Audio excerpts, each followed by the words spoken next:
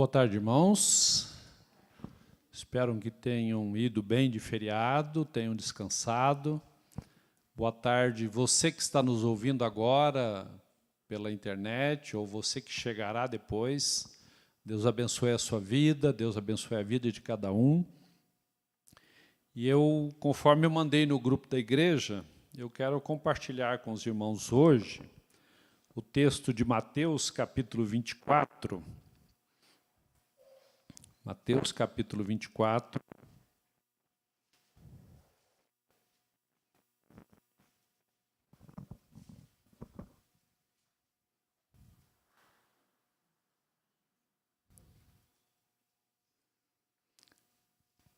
Esse texto tem o título, em algumas Bíblias, O Sinal do Fim dos Tempos. É um texto clássico, quando Jesus está se despedindo dos seus apóstolos, ele faz alguns discursos, ele dá alguns ensinamentos, e entre eles esse ensinamento sobre o final dos tempos. Antes, no passado, nós cristãos falávamos muito da volta de Jesus Cristo. Quem nasceu na igreja cristã, está um tempo na vida cristã e dentro de uma igreja evangélica, sabe disso. Então, nós sempre estamos falando que Jesus Cristo estava voltando. E não sei se a gente começou a se preocupar com um monte de outras coisas, e algumas vezes a gente começa a esquecer de falarmos disso. E esses dias eu estava ouvindo um antropólogo falar, e ele dizendo que, não evangélico, mas falando para um público evangélico, ele dizendo que hoje os cientistas é que falam do final do mundo. Muitas vezes mais do que os evangélicos. Devido ao aquecimento global, que é uma realidade, e eles falam que nosso mundo está acabando, é uma realidade. Essa semana eu estava lendo, eu e o Rose estávamos lendo uma notícia sobre um grande bloco de gelo, uma grande geleira se desprendendo, e nós temos ouvido essas notícias mais regularmente. A questão do aquecimento dos oceanos, que trazem toda essa confusão no tempo, né? As tempestades, seca em outros lugares, e, ao mesmo tempo, nos esquecemos que essa questão vai trazer um desarranjo geral na produção de alimentos, porque a produção de alimentos, a agricultura, exige constância do tempo. O cunhado da minha esposa, ele mora em Minas e tem uma pequena área, uma pequena fazenda que herdou do seu pai, e ele dizendo, acho que foi ano passado, esse ano, que ele tinha perdido toda a colheita de milho, porque teve chuva em excesso e destruiu a sua colheita. Ele não colheu milho, isso um pequeno produtor local, né? E, além disso, nós temos, conforme já foi falado aqui, já oramos sobre isso, nós temos ouvido falar de guerras, sofrimentos, violências. E é interessante que, desde o tempo do apóstolo Paulo, se falava sobre a volta de Jesus Cristo. Quando Jesus Cristo veio, morreu, ressuscitou e foi ao Pai, havia um sentimento muito forte na igreja cristã naquela época, de que Jesus Cristo voltaria logo. Inclusive, alguns comentaristas falam que alguns crentes começaram a nem querer trabalhar muito, porque já que Cristo estava voltando, né? Para que eu vou gastar tempo hoje? Paulo fala, não, tem que trabalhar. Cristo voltando ou não voltando, tem que trabalhar, porque senão você não vai comer. Mas era um sentimento muito forte. Eu imagino, inclusive, queridos e queridas, que na Segunda Guerra Mundial talvez tenha existido um sentimento muito forte de que Cristo estaria voltando, né? Não só entre os evangélicos, mas os judeus que não são convertidos, mas talvez um sentimento, os judeus também acreditam no final dos tempos, talvez um sentimento muito forte que o Messias deles, que eles ainda estão esperando, estaria voltando, né? E agora, nesses dias, nós assistimos esse ataque brutal dos terroristas do Hamas, e é um grande problema, porque o Hamas não é um país.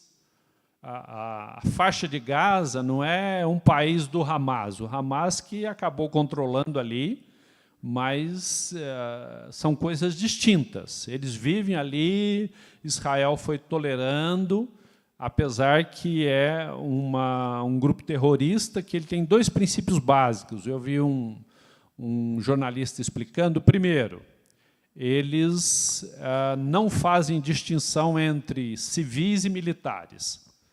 Por isso que, para o Hamas, tanto faz matar uma criança, um jovem, uma senhora, um senhor ou um militar. Eles não fazem distinção. E, segundo, eles são antissemitas, ou seja, eles são contra os judeus e são contra a nação judaica. Então, essa é a tática deles. Israel descuidou disso. Tanto é que essa semana também encontrei com um amigo judeu que mora no prédio.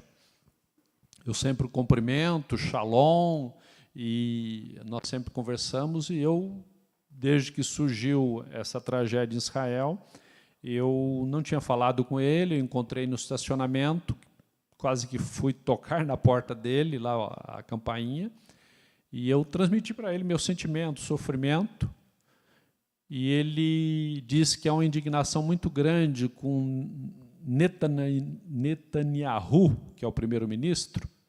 Por quê? Houve um descuido muito grande com a segurança. Eles entraram pela porta da frente. Nunca deveriam ter feito isso. Israel demorou 8 horas para reagir. E essa foi a tragédia maior. Tanto é que ele falou, passando isso, esse cara deveria ser preso. Ele que é um judeu. E há um movimento dos judeus para que depois ele seja deposto, saia de primeiro-ministro. Acredito que, se Deus ajudar, abençoar que essa guerra cesse ou termine, nós temos que orar pela paz, mas eu acho muito difícil ele ficar. Então, surge a pergunta, nós estamos chegando ao fim, queridos? Será que o nosso tempo está acabando? Será que as profecias aqui que nós encontramos em Mateus, capítulo 24, será que elas estão se realizando? Eu, como pastor de uma pequena comunidade, eu entendo que eu não tenho que ficar falando sobre tudo que acontece na vida. Eu acho que nós já temos problemas demais na nossa própria igreja para eu ficar falando sobre um monte de coisas. Não sou contra quem fica falando, tem um monte de pastores que ficam falando, mas esses pastores têm 1 milhão de seguidores, têm 1,5 milhão de seguidores, eles têm que falar sobre tudo o tempo todo até para manter os seguidores. Eu tenho meia dúzia lá de seguidores e nem sei se eles leem alguma coisa que eu falo, mas eu entendo que eu devo me preocupar com os nossos problemas locais. Mas não há como não tratar desse problema, porque justamente afeta a nossa fé. E se alguém me perguntar o que eu penso dessa guerra, esses dias eu vi uma postagem do reverendo Nicodemos, que tem 1 milhão de seguidores, e ele fez uma postagem falando, me perguntaram o que eu acho da guerra. E ele fala sobre tudo, hein? Quem acompanha sabe que ele fala sobre tudo. Ele falou sobre casais ter filhos ou não. Eu discordei dele. Eu acho que é uma opção do casal e ele tem outra opção. Mas nessa questão da guerra, ele sintetizou aquilo que eu considero relevante sobre a guerra. Ele colocou 3 pontos. Se vocês quiserem depois lá no Instagram, coloquem lá Nicodemos textos, alguma coisa assim, vocês vão encontrar. Primeiro, não existe guerra boa. Não existe guerra boa. Não existe guerra santa nesse sentido. Poderia até ter lá no Velho Testamento, mas nós, a partir da vinda de Jesus Cristo, não tem como justificar guerra santa. Algumas vezes tem guerra necessária, mas não guerra santa. E conforme eu falei, eu ouço um outro jornalista, o Pedro Doria, ele fez uma análise interessante, que o Hamas fez o que fez para colocar Israel num beco sem saída, para que Israel ficasse isolado. Porque foi uma atrocidade, mas Israel está lutando contra um grupo terrorista. Israel não está lutando contra os palestinos. E esse é o grande problema. Israel está destruindo a Palestina, mas tem muita gente inocente morrendo. E não existe guerra boa nesse sentido, né? A guerra, na verdade, é a comprovação de como nós somos caídos, de como nós não conseguimos resolver os nossos problemas, como nós sempre buscamos a violência. E algo que a Rose sempre me lembra é que quem faz a guerra são os homens, né? Os homens que produzem muitas guerras. Então, a primeira realidade é que não existe guerra boa, não existe guerra santa. A segunda realidade que o reverendo Nicodemos colocou, eu concordo, é que as guerras são inevitáveis. Nós vamos ver isso em Mateus 24. As guerras são inevitáveis como cumprimento de profecias, não que nós devemos apoiar as guerras. Porque alguém pode perguntar, mas se ela é inevitável, então vamos apoiar a guerra. Não, de forma alguma. É inevitável fazer... Vai existir nos últimos tempos assassinato, mas nós vamos aprovar assassinatos? É inevitável que muitas pessoas vão perder a fé. Nós vamos apoiar e aprovar pessoas perderem a fé de forma alguma. Mas é inevitável por nossa condição humana, porque nós somos pecadores, nós somos corrompidos. Mas essas guerras vão destruir toda a civilização. Nós caminhamos, não tenho dúvida nenhuma, nós vamos ver isso no texto, nós caminhamos para o nosso fim. E terceiro, Israel, isso é muito importante, querido, o reverendo Nicodemos fala, Israel não é mais o Israel do Velho Testamento. Israel não é mais o povo escolhido de Deus. Já falamos sobre isso. Nós somos o povo escolhido de Deus. Nós, gentios e judeus que se converterem. Paulo vai falar, os verdadeiros filhos de Abraão, quem são? Os da fé. Nós somos enxertados, nós somos filhos de Abraão pela fé. Nós somos salvos, temos falado sobre o Evangelho da Graça em Gálatas, nós somos salvos pela fé em Jesus Cristo. Se o judeu quiser ser salvo, ele tem que crer em Jesus Cristo. Nenhum judeu vai ser salvo por ser judeu. Fica claro isso? Quem salva é Jesus Cristo. Nacionalidade não salva ninguém. Inclusive, eu fico preocupado porque a igreja parece ter um certo fascínio por Israel. Hein? Não sou contra viajar para Israel, conhecer Israel, porque ali Jesus Cristo caminhou ali os apóstolos viveram ali surgiu o cristianismo, mas ali não é a nossa terra prometida. Eu não vou viajar para a terra prometida. Eu vou viajar para a terra prometida dos judeus.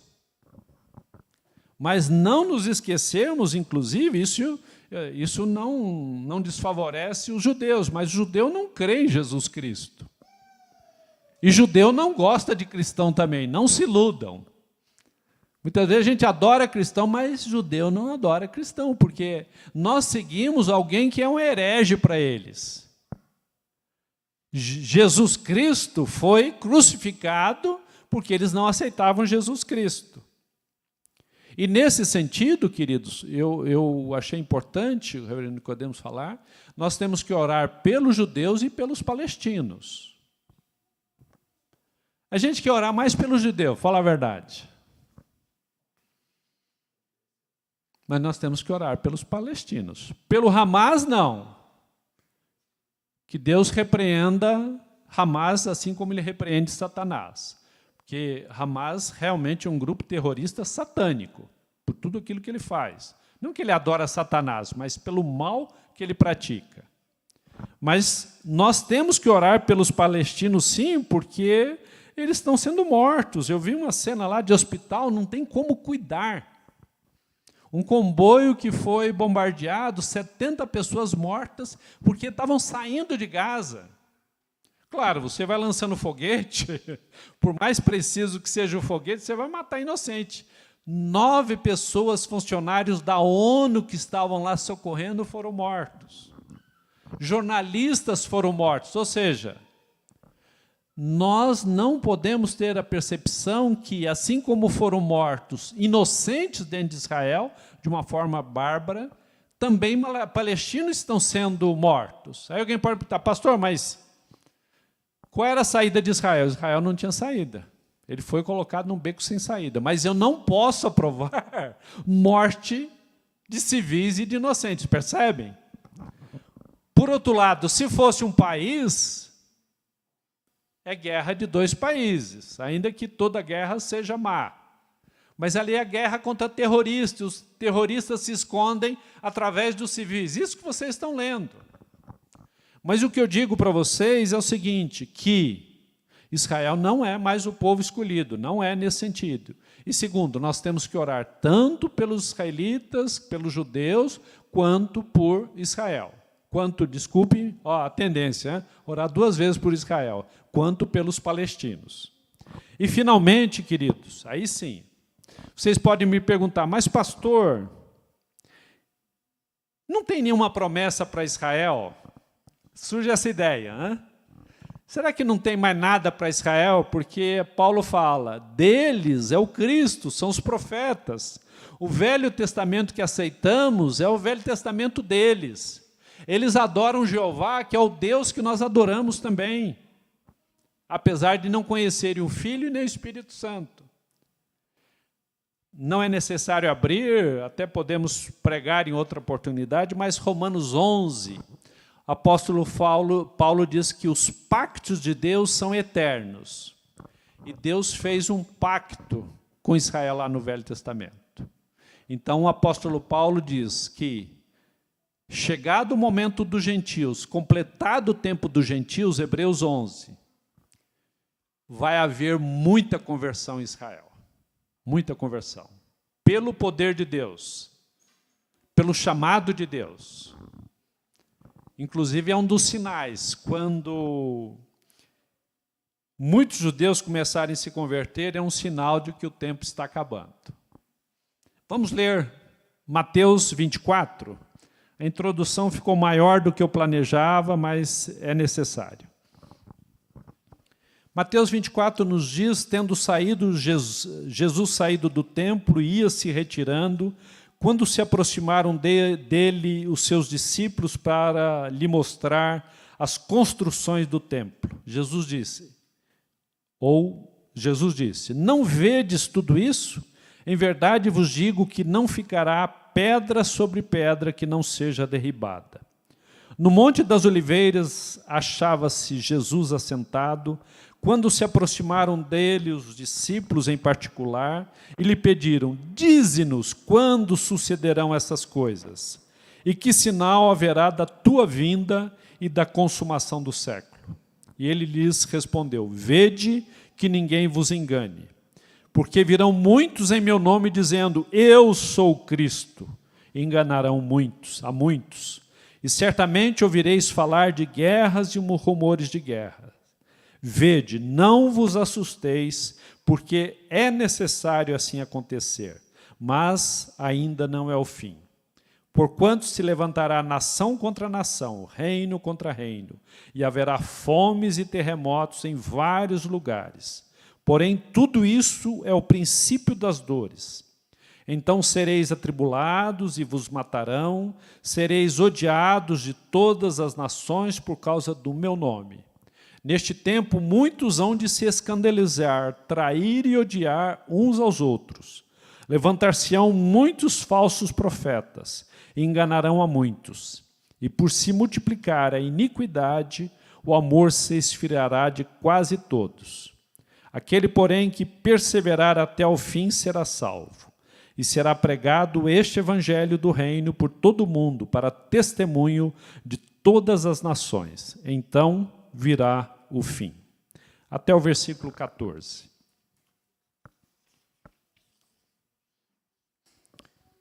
Queridos, nós, nesta leitura, nós encontramos discípulos que estão saindo com Jesus do templo de Jerusalém, e Jesus diz algo que é extraordinário. Eles estão vendo esse templo aqui? Não vai ficar pedra sobre pedra. E os discípulos entendem o que Jesus está falando, e eles fazem duas perguntas para Jesus. Duas perguntas. A primeira pergunta é: quando acontecerão essas coisas? Eles dizem: mestre, quando é que acontecerão essas coisas? Rabi, quando é que acontecerão essas coisas? Ou seja, quando é que o templo vai ser destruído? E eu fico admirado porque eles fazem uma segunda pergunta da qual Jesus não tratou. Qual será o sinal da tua vinda e do fim dos tempos? Então eles fazem duas perguntas para Jesus. Quando é que o templo vai ser destruído? E qual será o sinal? Na verdade, aqui nós vamos ver, são sinais. Qual será o sinal da tua vinda e do fim dos tempos? Fim dos tempos é quando tudo vai terminar. Então Jesus começa a responder, e Jesus não faz assim: ó, vou responder a sua primeira pergunta, esta aqui, estou respondendo. Vou responder a sua segunda pergunta, esta aqui, estou respondendo. Jesus vai respondendo e, na verdade, ele mistura as duas respostas. E Jesus vai respondendo, primeiramente, para os judeus. Lembrando que Jesus era judeu, veio para os judeus, veio para os seus, e os seus não rejeitaram. O apóstolo Paulo vai falar lá em Romanos 11, que houve, aí o mistério de Deus, houve um certo endurecimento dos judeus, para que nós, gentios, crescêssemos. Nós que éramos uma figueira brava, fomos enxertados na figueira original em Deus. E se os judeus se converterem, muitos se converterão, Paulo diz, muito mais ainda, eles serão enxertados novamente na figueira que é Jesus Cristo. Então, eles apresentam essas duas perguntas e Jesus começa a responder e começa a falar dos sinais que ocorreriam. Pelo meu controle de horário aqui, não vou falar sobre todos, mas eu continuo domingo que vem. O bom de ser pastor é isso, né? Os presbíteros pegam uma vez e tem que pregar, porque não vai continuar domingo que vem, mas domingo que vem eu continuo. Então, afinal, a gente estudou para caramba para isso, para ganhar uma segunda oportunidade. Então, domingo que vem eu vou continuar, tá? Mas Jesus começa a apontar, falar de sinais que nós deveríamos considerar. Ora, queridos, é importante nós observarmos o seguinte, que a grande lição que Jesus quer mostrar, na verdade, está lá no final do capítulo 24, no versículo 32, quando Jesus diz o seguinte: aprendam a lição da figueira. Quando os seus ramos se renovam, suas folhas começam a brotar, vocês sabem que o verão está próximo, não é assim? A gente começa a olhar as plantas, o tempo começa a aquecer, agora está meio maluco, né? A gente está tendo que ter dois pijamas, um curto e um longo, não é isso que está acontecendo com vocês? Hoje é dia de pijama curto ou longo? Não, vamos ver a temperatura, né? Senão a gente passa frio, porque o tempo anda maluco. Mas a gente sabe o tempo e distingue. Jesus diz, observem a figueira. E aí ele completa, assim também, quando virem estas coisas, todas essas coisas, saibam que ele está próximo, que Jesus Cristo está próximo. O Filho do Homem está próximo. Então, nós vamos olhar e a certeza que nós temos, queridos, que Jesus Cristo está voltando. A cada dia se aproxima. Jesus vai dizer que ninguém sabe o dia e a hora. Se aparecer alguém dizendo aí o dia e a hora, mostra o texto bíblico lá, Mateus 24, 36, que diz que ninguém sabe, nem o Filho do Homem. Só Deus o Pai o sabe. Mas quais são esses sinais? O primeiro sinal, nós encontramos lá no versículos 4 e 5. O surgimento de enganadores e muitos serão enganados. O texto nos diz, cuidado que ninguém os engane, Pois muitos virão em meu nome dizendo, eu sou o Cristo, enganarão a muitos. Versículo 4 e 5. Eu fico pensando, queridos, como é que vai ser isso? Porque, teoricamente, nós não seríamos enganados, porque a gente sabe que Cristo não vem como veio da primeira vez. Mas o texto diz que será de uma forma que enganará muitos. Eu não sei como vai ser. Mas muitos serão enganados. Lá no versículo 23 a 27 também nos diz, vamos lá. Se alguém lhes disser, vejam, versículo 23, vejam, aqui está o Cristo, ou ali está ele, não acreditem. Hoje isso parece absurdo, não parece? Se aparecer alguém ali na porta, eis o Cristo, a gente tem que chamar o sistema de saúde e falar, tem um cara aqui que está precisando de ajuda aqui, ele está meio perdido. Mas o texto diz que muitos surgirão dizendo, eis o Cristo, ali está o Cristo. Pois aparecerão falsos cristos e falsos profetas, olha que extraordinário, realizarão grandes sinais e maravilhas.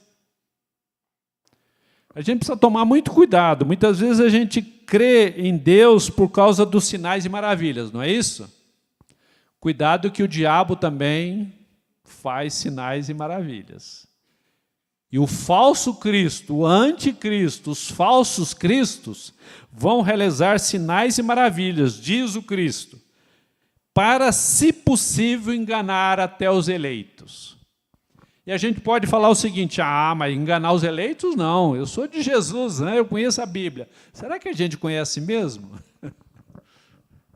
Por isso que a gente precisa conhecer muito a Bíblia, ler muita Bíblia, falar muito da Bíblia, porque se fosse possível, ele enganaria até os eleitos. Vejam que eu os avisei antecipadamente. Vão dizer, ele está no deserto, não saiam. Ele está ali dentro de casa, não acreditem. Porque assim como o relâmpago sai do Oriente e se mostra no Ocidente, assim será a vinda do Filho do Homem. Ponto. Aconteça o que acontecer, vocês vejam o que vocês puderem ver. Não, mas olha, prodígio, está multiplicando os pães igual Jesus fez. Está multiplicando os peixinhos igual Jesus fez. Mas não é Jesus. Está imitando Jesus, não é Jesus. Ele está andando sobre as águas igual Jesus, mas não é Jesus. Ele está expulsando o demônio igual Jesus, mas não é Jesus. Percebem? Porque Jesus diz, quando eu vier, quando o Filho do Homem vier, será como um relâmpago, será algo extraordinário. Toda a terra o verá, todo olho verá, toda língua confessará, todo joelho se dobrará, declarando, ele é o Senhor, mas ele não vem mais como ele veio da primeira vez. Claro, a gente olha assim, mas que absurdo, eu não sei como vai ser. Mas Jesus diz que vai acontecer assim.